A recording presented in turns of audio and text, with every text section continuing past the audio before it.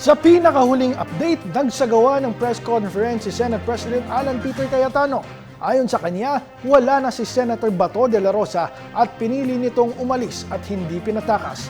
Nagpadala na rin ng mensahe ang asawa ni Bato na humihingi ng paumanhin ng senador sa pag-alis sa protective custody ng Senado para daw ito ay wala nang madamay pa.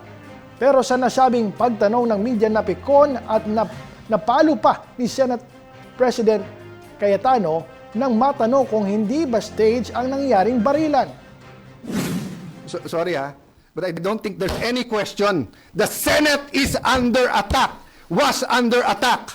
All of you, your lives were in danger last night. I know it's your job to ask a question, but you will tell me pagka may nagpaputok na warning, hindi under attack yun? My God, we're a democracy. This is the Senate of the Philippines. Please naman. Di ba? Yeah. What do you think happens when there's no democracy? Who's the first casualty? The media. Wala nang media kapag wala. Di ba? Pag sinabing kami muna nagpaputok, umatras sila, or security guard ng GSIS yun, di sabihin nyo, baka ito ay gawa-gawa lang, baka ito ay drama. Pero nagko-focus kami dito, hinihintay namin articles of impeachment, nakita nyo naman lahat ng pangyayari.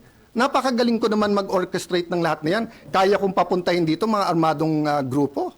You know my history. I've been in government since 1992. Do you have any history of doing that?